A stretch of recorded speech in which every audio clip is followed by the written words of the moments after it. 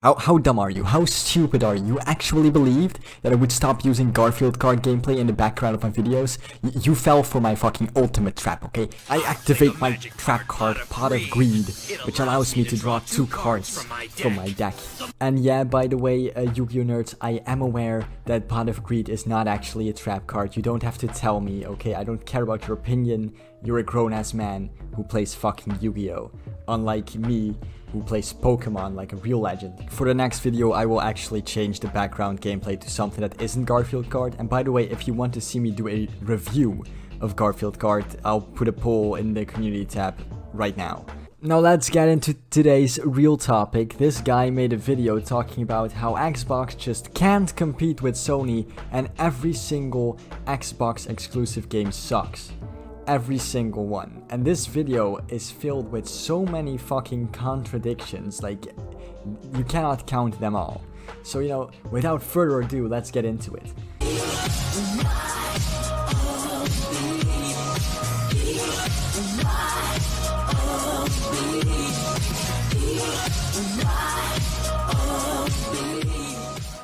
Nice 2016 Leafy intro, my dude. The music was so loud that blew out my goddamn eardrums and I had to turn it down for this video out of fear that anyone else watching this might catch ear aids. Although I have to admit I kinda vibe with the name Pillowman. It's kinda sick name, not gonna lie. It was the Christmas. Okay, so real quick, this is important. I'm not gonna read the entire thing, but he says that this video has been in development for an entire year, and that's why some of the points might be outdated. Okay, keep that in mind. He's been making this video for almost like since the beginning of this year. Christmas of 2017, and I was at a store that sells games and consoles. Yeah, sorry to interrupt you again, mate, but this video has been in development for apparently 8 months, and it's 20 fucking frames per second. You've been making this video for 8 months, and you're telling me that you can't get 60 FPS. The first day I was going to get a console, and I get 2 choices to pick from: an Xbox One S or a PS4 Slim. Back then, I didn't know anything about good exclusives or which console is better. All I wanted was to play games with my friends back in my old school. Okay, holy fucking shit. My guy literally just pulls out a picture of his hometown and where he went to high school. Like a Google Maps picture of where he went to high school. I blurred it because I don't want to be blamed when the boys roll up to his house and throw egg. I used to go to. Since most of my friends own an Xbox, I chose the Xbox One S over the PS4 Slim, along with a copy of Forza Motorsport 7. But over time, throughout 3 years, I've regretted my decision to buy an Xbone. Also, by the way, he stutters like this throughout the entire video. And don't even get me started on his sound quality, my guy. And I know that I stutter as well in my videos sometimes. And I know that my sound quality isn't the best, but you can't tell me that it's as bad as this fucker. Because this guy's, like, how has this video been in development for 8 months and you didn't, like, write a script or, you know, think about what you were going to say before you say it, or re-record the parts that you know, stuttered, or, you know, bought an actually good mic? Now, I've moved on to PC gaming, and I've only played my Xbox just to play other AAA titles and Game Pass. Why are you playing it on Xbox? Why don't you just play it on your PC? You can put Game Pass on PC, you can play those AAA games on PC. Kinda makes me wonder what kind of PC you have, mainly because, you know, the game you're playing, Doom Eternal, is running at fucking 20 frames per second in your video, and it could be that is just because you fucked up the recording or you fucked up in editing, but then again, this video has been in production for 8 fucking months, so I don't see how in those 8 months you couldn't re-record gameplay or fix that shit in your editing. So I'm guessing the game just really runs at 20 FPS on your high-end gaming PC probably. And I'm planning on switching to PlayStation. And here are the reasons why I hate Xbox. I don't play games on PlayStation and Switch, but here are the reasons why I hate Xbox. Okay, cool, my dude. Now, I don't condone fanboyism, but I just feel like I need the urge to express my frustration and disappointment with owning an Xbox. So let's get started. Yeah, man, I don't condone fanboyism, I just take part in it. And also, like, what do you mean? Let's get started. What was all the previous part of the video? Was that all the fucking intro? The video is only starting right now. The video starts now. There's other 3 minutes that was intro. What the fuck? 8 months! This video has been in production for 8 fucking months, and this is the way it's structured. How? How the fuck do you fuck up this bad? You think this is funny? In a cosmic sort of way, yes. Well, Mr. Funny Man, is this how you get your sick kicks? What? It's just an ordinary crabby. Oh my goodness! Bro, I know you told me that was going to be some outdated shit in this video, but this is outdated. Like, this is old. Doesn't even matter anymore because it didn't happen. The price of Xbox Live Gold was never raised, so it's a non-issue. Ever since the release of the original Xbox, the console was made for online gaming, and that's why Xbox Live cost money. Since back then, Xbox started off small, and it wasn't as popular as PlayStation or Nintendo. Yeah, nice sentence, my dude. And also, no, it didn't cost money because the console was less popular than the Nintendo or than PlayStation. It cost money because no one had ever done an online thing before when it came to console gaming. Like, this was the first time that happened. And you know, it cost money because you had to buy Xbox Live separately from the main console. I believe it was like an attachment that you had to put on your console in order to use the online service, so... It's, as of now, in 2021, Xbox has gained a huge fan base and a following, and yet they're still charging you to pay for online. It's a decision I still don't get. Yeah, but Sony also charges for online, and they have an even bigger following than Xbox. And before you're like, Atomics, this guy's a PC gamer, he said so. He says somewhere in this long-ass fucking video of his, by the way. I am definitely gonna have to cut some parts of his video out. But anyway, somewhere in his video, he says that he is going to switch to PlayStation, so... We all know that paid online is anti-consumer, as you're forced to pay for something that's already free. Just very quickly, your internet connection isn't free, you pay for internet. Like water. And it's questionable why Xbox wants your money just to play online. You may bring up the argument that Microsoft need to pay for their servers. The Returnal sucks. But the last time I remember, they've spent $100 million on Halo 5, $217 million on Halo 2, $60 million on Gears 5, and $500 million on Halo Infinite. Yeah, so first of all, Returnal does kind of suck, mate. The game doesn't even, like, function correctly. It doesn't work. And second of all, the reason why they want to charge for online, it's a very simple reason. It's because they want to make more money. That's why any gaming company charges for online. Because they want money. Xbox, the ultra-capitalist gaming company, just really wants you to give them your hard-earned money if you want to play the multiplayer on the next Call of Duty. What? You're trying to tell me that huge corporations use shady tactics to try and milk more money out of their consumers? Yeah, no shit. Also, don't get me wrong, I'm not defending paid online, I'm just saying the reason why they make you pay for online is quite fucking obvious, and it's the same reason why Sony and Nintendo do the same shit. Battlefield or Halo game, and they made it more obvious when earlier this year they planned on increasing the price of Xbox Live Gold.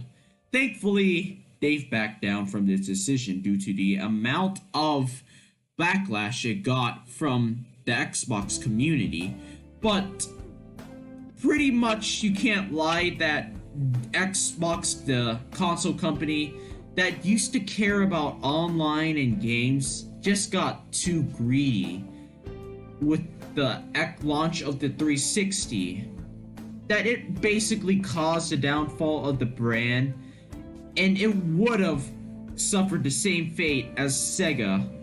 So wait, you're telling me that Xbox almost died like the Sega consoles because they charged for online like every other console does as well? Fucking like amazing logic, my dude. Like 10 out of 10. Because of this anti-consumer method of making more money, eventually Sony and Nintendo joined. Yeah, mate, the anti-consumer practice of making more money, the thing that literally every single corporation wants to do. Like, why else do you think that Sony and Nintendo started charging for online as well? But at least Sony did paid online subscriptions way better, unlike Nintendo or Xbox. I mean, yeah, the Nintendo online system is god-awful, but Sony and Microsoft's are pretty much the exact same.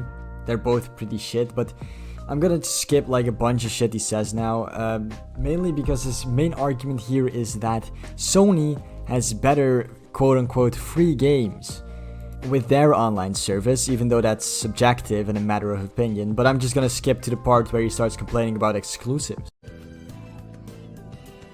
Exclusives for a platform is important as it gives you a reason to buy that console, like a signature dish at a restaurant.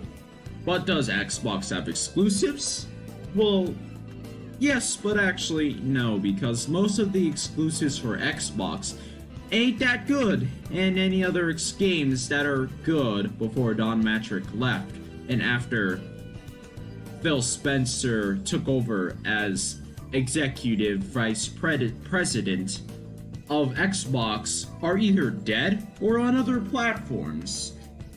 Another point on why Xbox gets a lot of flack from PlayStation fanboys and other gamers is because of the lack of exclusives that Xbox has. Yeah, I don't think that other gamers besides like fanboys really give a shit about exclusives. I mean, at least to me, exclusives are way more anti-consumer than paying for online is. And like I said, it's really important to have game exclusives. But Xbox lacked the good exclusives. Crackdown 3 took decades to make, only just to be half-baked. Yeah, this video took 8 goddamn months to make, and it's god-awful. Like, not saying that Crackdown 3 is good or anything, because it really isn't. I just really want to emphasize how shitty your video is. Halo's 5 campaign was way worse than Halo 4, and I can't have any words for the multiplayer since I can't find a single match here. Battletoads was underwhelming, and Dead Rising 4 was a spit in the face to the Dead Rising games.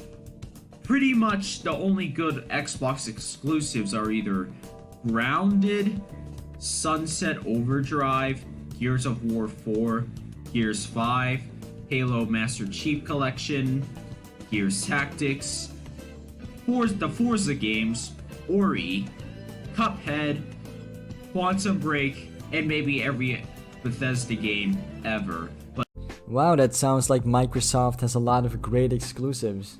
Like, why would you contradict yourself in this way by going, they only have shitty exclusives except for this giant list that I will name right now? Cuphead and Ori is already on PC and Switch. Gears of War 4 is over 100 gigabytes. Gears 5 is a 360 game with a new exterior. There hasn't been a new Forza game for 2 years. There will never be a game that's a sequel or connected to Quantum Break except for Control, but that game isn't even an exclusive. And Master Chief Collection requires you a staggering 181 gigabytes of your storage, which can either take up 98% of storage on your Xbox One or sacrifice your hard drive on your computer. Okay, well, so the whole "these games are too big" argument, like, yeah, I get that that is annoying, but you can't say this game is bad because it requires too much storage. And in the case of Master Chief Collection, you can, like, download the game separately, right? You can download, like, only Halo 3 multiplayer and none of the other shit, and it won't take up 170 gigabytes. Like, you realize that, right? You don't have to download all the games on the Master Chief Collection. You can just download what you want to play. And I don't see how Forza is now a dead franchise, because it's been 2 whole years since the last installment.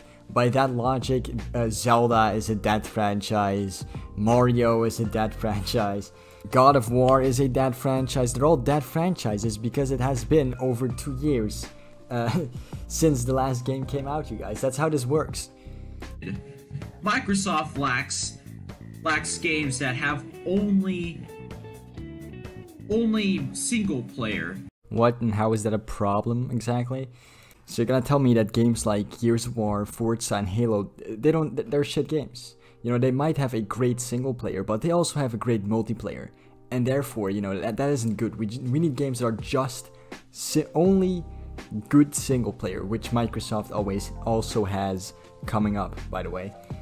And most of their games are the usual multiplayer first-person shooter tactics or third-person shooter games, where there could have been room for other game genres such as RPGs, MOBAs, puzzle games, action-adventure, survival, or horror games.